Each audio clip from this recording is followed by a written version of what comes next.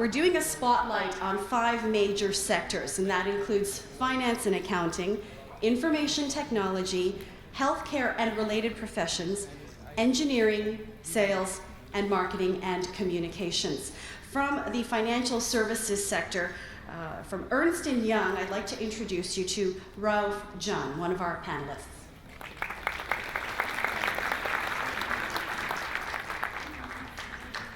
From Information Technology, from the Peel Multicultural Council of Mississauga, Sukhjit Singh. A real character. I've also interviewed Sukhjit, so I can't wait to hear what he comes up with today. From the engineering sector, executive coach, speaker, and leadership trainer, Kevin D'Souza. From sales and marketing, technology sales specialist, AJ Datta. And finally, from the healthcare sector, patient care manager with Mackenzie Health Richmond Hill Hospital, Ehsan Adivan. Take it away, Matt. All right, thank you very much. And good morning, everybody. We have about half an hour to talk to 5 very accomplished people, so we'll keep it moving. And if you have questions after, I'm sure they'd be delighted to answer them. I wanted just to begin by very briefly finding out from you how long you have been here and what you faced when you arrived in Canada. Okay, so I've been in Canada for almost 18 months, and when you come to Canada, it's very difficult because your qualifications and your degrees are not recognized. You have to get them accredited in Canada, so it's a little bit of challenge, and sometimes you have to get a discount on your job and applying for a job. And there are a lot of other challenges, such as cultural differences and understanding the regulations and understanding the taxes, because I'm from finance, so you need to understand some of the regulations which are affecting the business environment. So these are some of the challenges which I faced when I moved to Canada. But thankfully, I got a job with Ernst & Young, and I'm happy with that. Last year we celebrated 5 years anniversary. It's almost now we are in the 6th year. And the most challenging thing for me was not about a job. It was actually weighing what I was checking when the websites, online forums and all that. The reality, the real life when I stepped out from the airport and what I was checking from the websites. Life was totally different. What do you mean? There are so many online blogs and websites which says plus and minus about Canada. But my perception immediately changed when we actually landed. Right from the immigration counter, because we were given a full bag of information flyers. And when we stepped out, everybody said at the airport, welcome to Canada. And that was a sigh of relief. And you forget about what you're reading online that, okay, as an immigrant, you have to go through this, you have to go through it. But everything vanished. But reality kicked in after 3 weeks when I realized that my resume will not work out. And I was so proud teaching in a private university, coming to Canada. I was thinking I'll get a job like that, but it did not happen. So I just want to save a little time and saying the same thing. Your resume, your cover letters, whatever you are bringing in, you have to change everything. But you have to understand it quickly that things will work out if you listen to those who are telling you all the way around. These things are needed to be changed. Kevin, briefly tell us how long you've been here and what you faced when you arrived. I've been here for the last 15 years, and one of the biggest challenges I faced was people saying you don't have Canadian experience. The other thing that they told me is you need to volunteer, and the first thing that struck me was they wanted me to work for free. And I realized after a few years how valuable volunteering was, because it did definitely help me in my journey to become successful. Okay. Well, we've been here for the last 2.5 years now. And for me, the greatest challenge was my own mindset, because I found within the first month that I had the same skills as a person in my field would have over here. I knew as much as that there, but the thing was in here, I had to get over the fact that I was new. I had to act like I have been here. And once I was over that mindset that I've been here all the time, or maybe I'm new, then it was the same, it was smooth, because I mean, I found that everybody has a different accent, everybody looks different, but everybody is accepted. I mean, like you don't think, you know, like, I mean, like don't feel that he's different than the other person. So that was, you know, I think it was the biggest challenge. Okay. Yeah.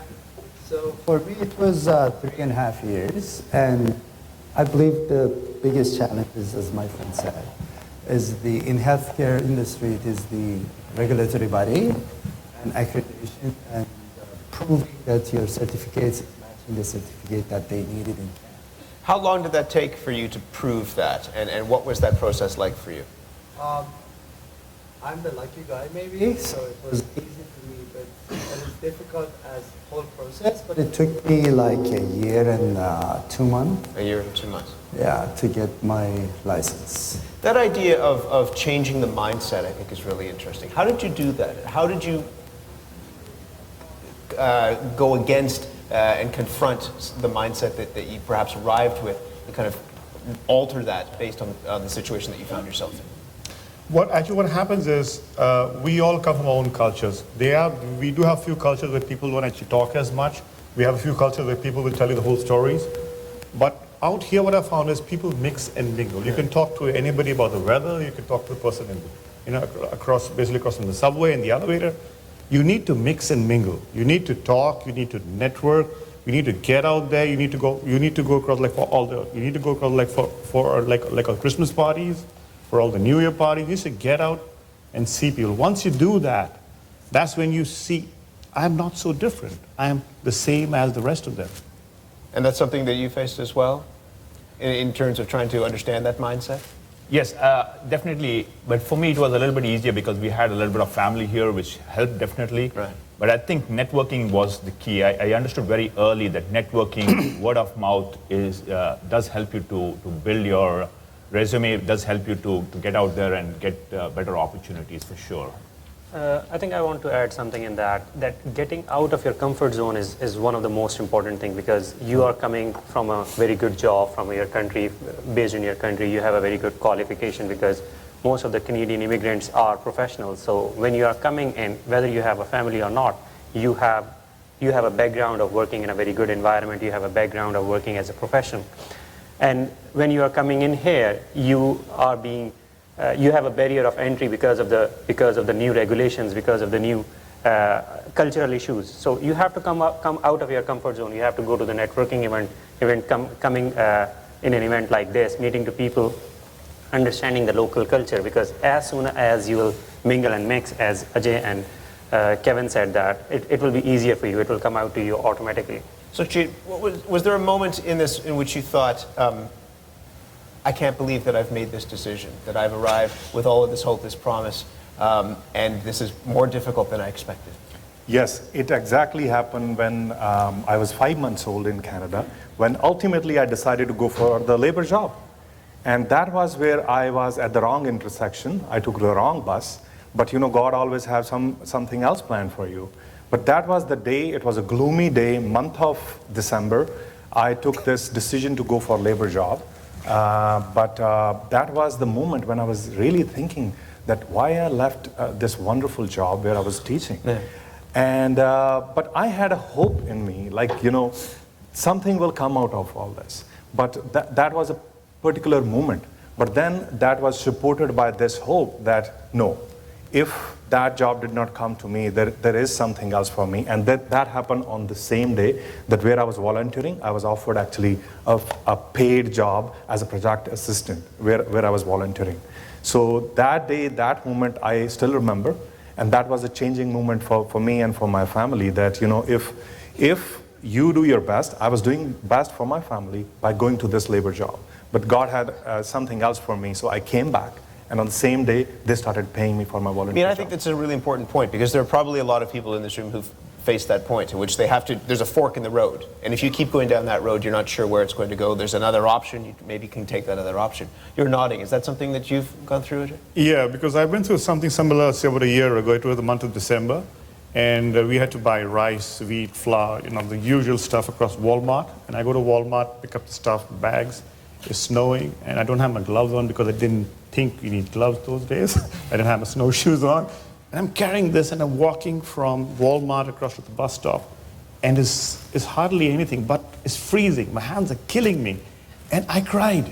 I literally cried. I said, what the hell? What am I doing here? What did I do this? So how did you answer that? I said, it's just a passing phase. I've got my G1 license. I need to go for my G2. I need to buy a car. It will pass, but I need 3 months. So just spend on a taxi, get home. Splurge.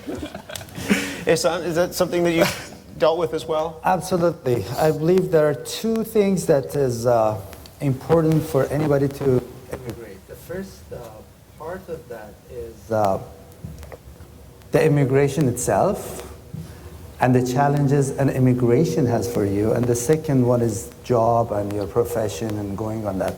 So you need to challenge two things at the same time. But I had a kind of opportunity to have this immigration experience before to different countries, so I didn't have that kind of challenge. So I was familiar with the immigration challenge. So Jay, what would have helped you in that time? Is there some support that you would have loved to see, something that was there, systemic, something that would have helped you deal with that really difficult moment? I think my strong belief, which helped me a lot, and support from the family. Yeah. Because whatever I was doing, I was called a crazy volunteer because all those friends and family members, extended family members, they were saying, don't work for free. But somehow, volunteer work was something which kept me going. It gave me some hope. And I'm very glad that I did not stop once I got my job, because now I volunteer for more than a dozen places. The volunteering is such an interesting part of this, because again, it can be seen as giving yourself away for free, but that is the step so many people need to take to get in. I just want to add one thing. As an immigrant, everybody in this room will have educational qualification. And when we talk about Canadian experience, I read somewhere that you have academic knowledge and you have your experience, but the bridge is the social knowledge, which I call as Canadian workplace culture or day-to-day culture. So to bridge that, volunteer work is one of the best thing you can do to yourself or to the community, so you know the local norm. I started drinking Tim Hortons after 5 months because I hate it. And if Kevin is here, my first coffee was actually second cup, and I loved second cup because I used to live in Muscat. So everybody was carrying Tim Hortons, and I did not get why they are drinking Tim Hortons. So my success actually came right after that, when I started holding Tim Hortons and walking on the streets. I was more Canadian.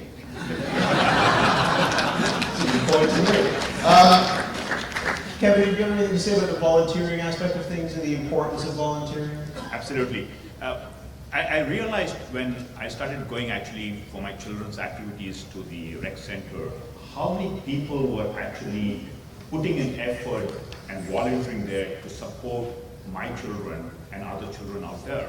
And it was only then that I realized that those people not only did it for the sake of just volunteering, but they also did it because they found passion in that particular field. They were not actually in that particular field or area of work. They had a full-time job, but they did this more because they had passion, they had an opportunity to go out there and help somebody and do this. So I feel that it helps you, it helps others, and you are always giving back to what you receive. Ralph, is there anything that you would do differently now, knowing what you know now? If you had the chance to do it again, is there anything that you do differently? I think I will go more networking. I will do a lot of networking, and even before coming to Canada, I'll do a little research and get some accreditation registered or get some accreditation from local institutions through different exemptions. I will start doing planning before even landing here. So some of my friends who are planning to come here, I'm already telling them that why don't you get your exemptions registered, or why don't you get your professional qualifications accredited here, so that once you land in here, you already know what you have to look for. Other thing is you can get online courses very easily nowadays. You don't have to, even if you are volunteering somewhere and you have to get the regulations or you need to understand the business environment, you can get the online courses, and because of the technology, it's very easy, and that's what I would do. What about you, Ajay? Is there anything that you do differently? Yeah, what I do first of all is I'll basically try and come in summer for one. Come in summer. Because that's when, also to look at it, that's when you have the that's when you actually have a job market that actually opens up. People actually are hiring at that time. But the weather is an important part of that It's too. very I mean, that's often the first thing, the first experience that people have stepping out of the airport. Absolutely. So that's one. What I also do is, I mean, I wish I'd heard the mayor and I heard them when I was here, like within the first month, because that gives me a sense that people are here to help. I felt all alone. Of course, I went and did across like a bridge program. So I did a bridge program which really helped me, made me feel, okay, there is a support system, because we didn't know anybody in the country. I knew no one. We just landed, I went into a place, that's it. So that helped. But then I wish I'd heard that this is a vision.